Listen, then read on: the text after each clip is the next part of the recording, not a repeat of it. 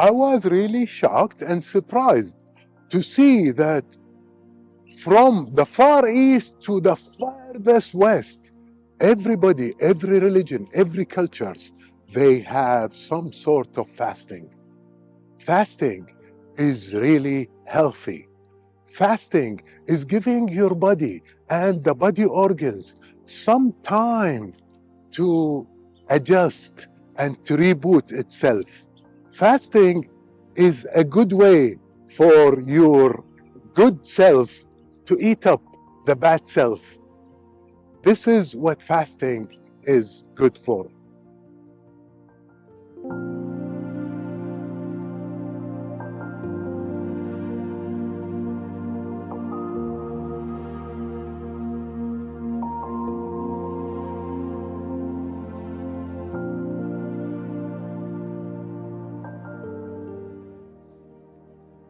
Fasting.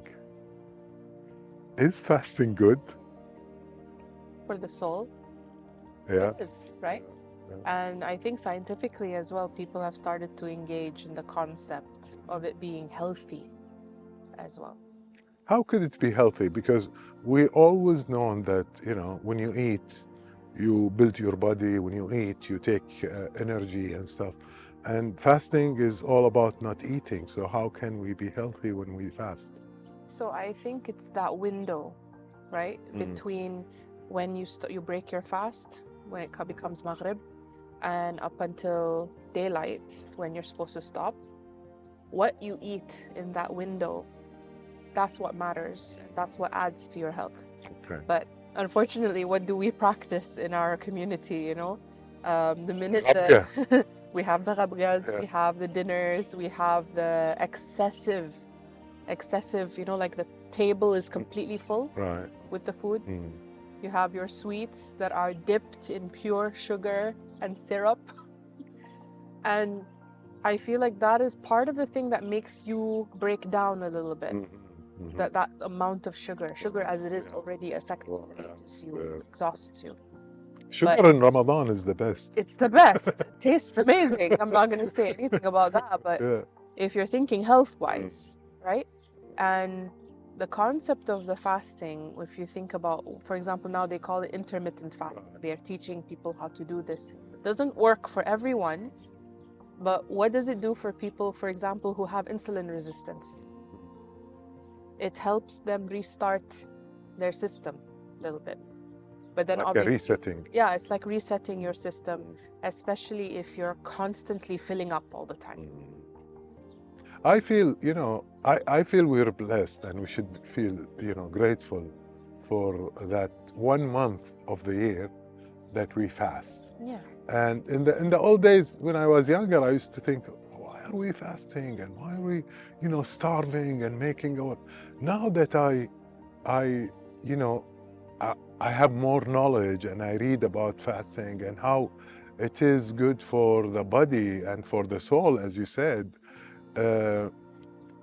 I wanted to fast. There sometimes, there are certain days that, they encourage us to fast, and I would want to fast because of the interim fasting and the latest studies about fasting, because you put yourself without food as if you're giving a break for your organs and for your entire system.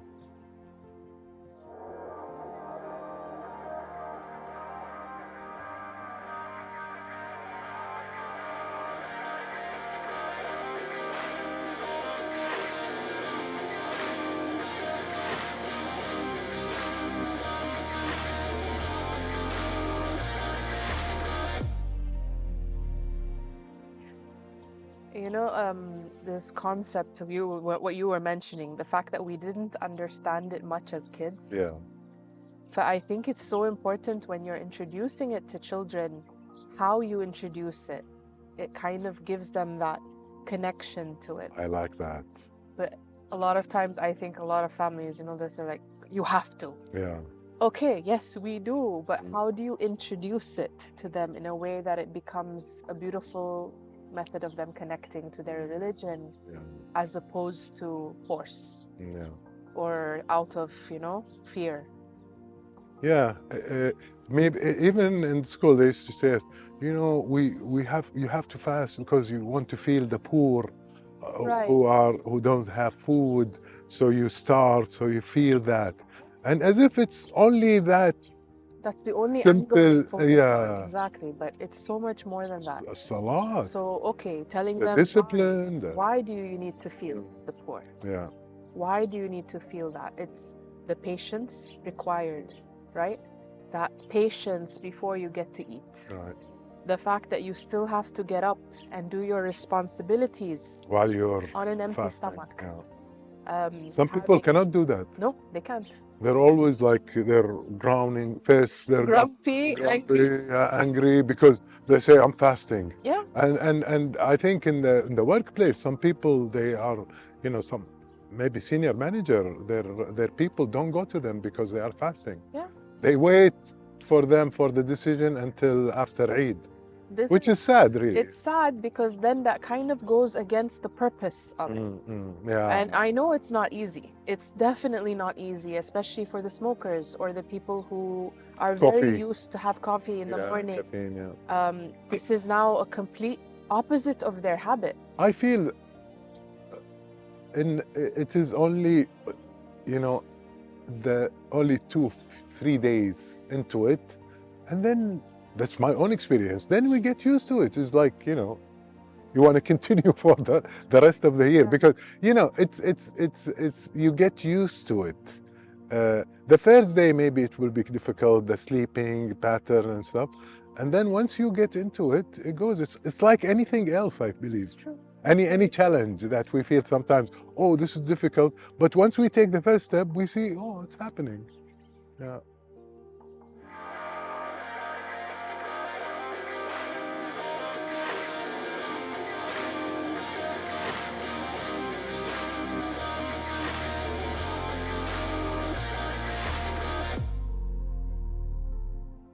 So fasting basically is there are many type of fasting, and the best fasting that we know about is that we fast early very before sunrise until the sunset, and that time our body doesn't have any food, no drinks in it, and that will enable our gut and our internal organism and the cells to really feed on our fat, on the energies that are there. So basically we are renewing ourselves when we are fasting, and when we have new cells, our health will become better. And there are many people and many researchers now, they talk about fasting and how it heals the body from chronic diseases, from so many diseases, even like, they say, the stomach diseases and all those things. And you will have your blood will be purified. What else would you want from this? So it is really, it's something that you're doing for your benefit. You're doing it for yourself. Don't think that, you're doing it for God. It's for you. So enjoy it.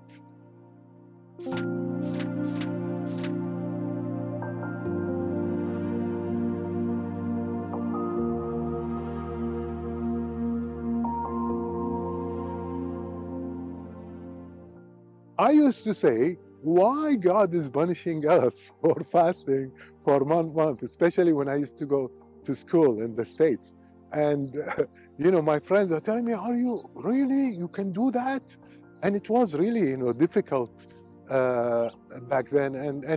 And the difficulty about it, it lies in our mind. We think it is impossible, or we think it's undoable or unachievable, but it is. It is achievable, and you will get used to it, and you will see the joy from fasting. You will feel it, you'll experience it, and you would want to do it all the time. Actually, there is a habit where you can fast Monday and Thursday of a week. That's really a good habit, and it shows that you are disciplined.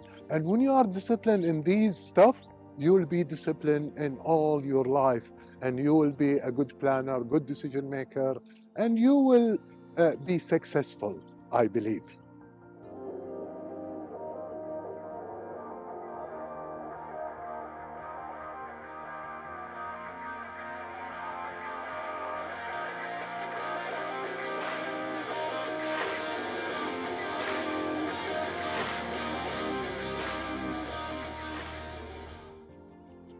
It's usually easy for the people who have a way of looking at it differently. You know, that concept we discussed last time in gratitude, the gratitude of being able to do Ramadan again, Yeah. right? Because some people don't make Oh, it to the next Ramadan. right. Yeah. And the concept that this is the opportunity for you to get closer to your religion, go back to your roots, think in terms of good deeds, practice being kind, practice being compassionate, giving, right? While you are fasting, while you are hungry, fasting, while you are hungry, while you didn't have your cigarette, you didn't have your coffee. Exactly. Yeah. So basically, it is like, it's like a training. It's like being disciplined. Yeah. And discipline is really good. I mean, you know, for everybody, for kids, for adults, to have the discipline to delay gratification or delay the food or delay the coffee or whatever, you know, external stimuluses that we put in our body is. Great. And I think this is the one thing I would love for people to take away from the concept is, yes, you are fasting. Yes, this is hard. Don't discredit that. But the concept is, how can you get over the fact that this is hard? That you're waiting for food, that you're not used to it, and still be pleasant. And smiling and doing the role that you have to do. Being kind. Not just to other people, but also to yourself, right? To be gracious. Yes. I feel like when you walk through life with grace, there's this empowering feeling where you feel you can overcome a lot of things. True. Right? True. Same concept with gratitude. And if you notice, they're all tied in together. The more grateful I am, the more I feel there's a lot for the world to offer. Abundance. And therefore, I can be a part of that offering with how I treat people. Absolutely.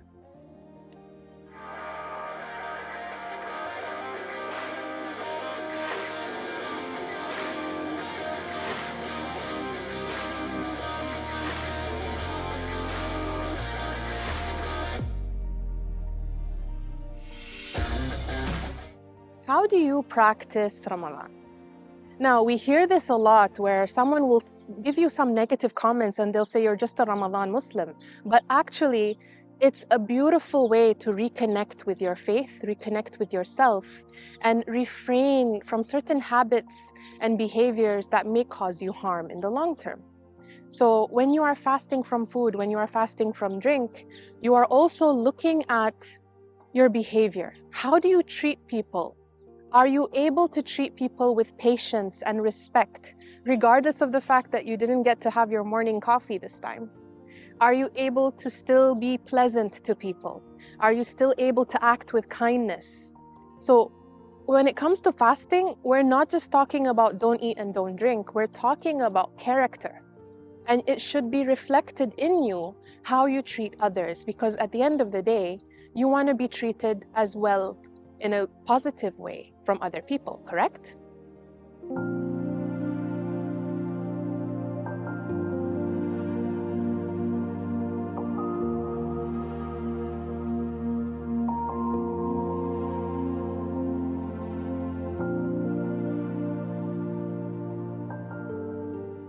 Think of it as a refresh, a reset button, if you will. We get a chance every single year to push that reset button. And that is such a wonderful blessing to have, because we always can fall into bad habits, right? We're human. It takes what, up to 20 days minimum to form a habit? So now imagine if you actually try your best to try to set a new habit, a new phase in your life through Ramadan. That's 30 days. And then you take that into the rest of the year. But don't lose hope. If not everything stays the same, you get another trial, inshallah, the next year after that. So that's the whole point of it. So fasting, it's so much more than just refraining from something. It is what you feed your soul, it is what you feed your mind, and it's how you embrace and embody the character of what it takes to be in Ramadan into your daily life. And if you see this reflected in you, you're going to start to see this reflected on the people around you. And believe it or not, sometimes a shift in our perspective and our behavior shifts those around us, and we get to see the goodness reflected back with it. So I think this is something that's super valuable to take away from this episode in Ramadan. And I really do hope that you don't lose courage or disencourage yourself from continuing.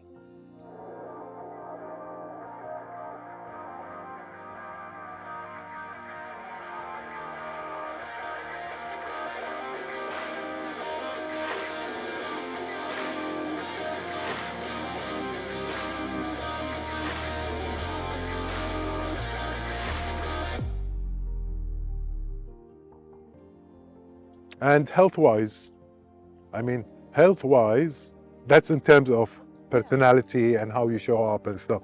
Health-wise, it's like giving a break for your stomach a bit and for your, Yeah.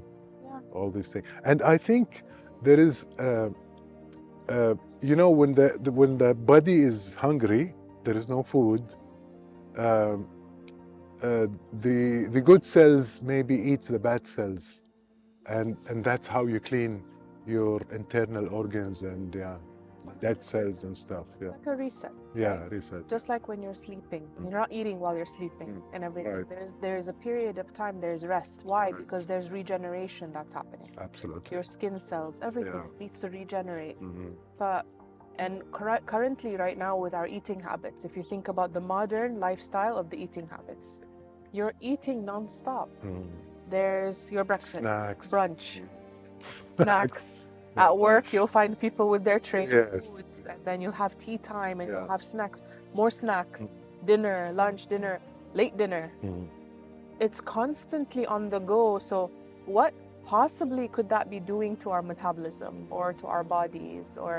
So now when you have that chance to reset, it kind of gives your body to catch up, the chance to catch up to the nutrients, to get what's required. So this way you're not overloading yourself and you're giving yourself a chance. So we should be really, really grateful for this month. Yeah, absolutely.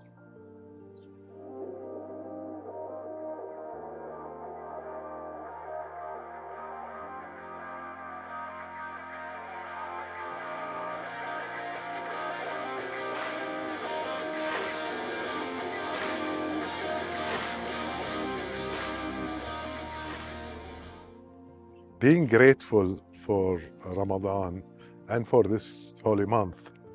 And really, really, in the beginning, people start complaining, oh, Ramadan, no food. But then toward the end, they say, oh, Ramadan is ending. Exactly. And the beauty of the gathering and everybody's at home.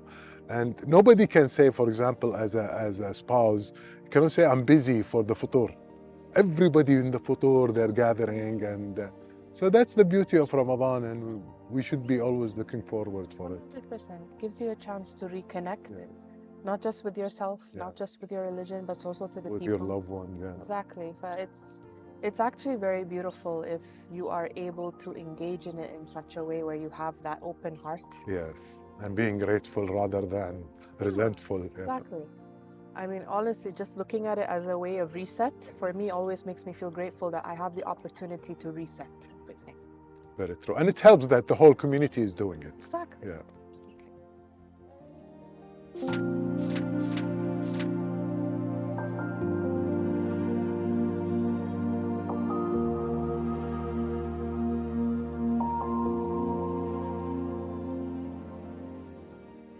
When when we talk about fasting, it is so much more than just restraining yourself from food and drink. It's all kinds of practices that lead into something negative that would impact our soul and our lives on a daily basis. So I really do hope that you benefited from this episode and try to practice this in your daily life even after Ramadan.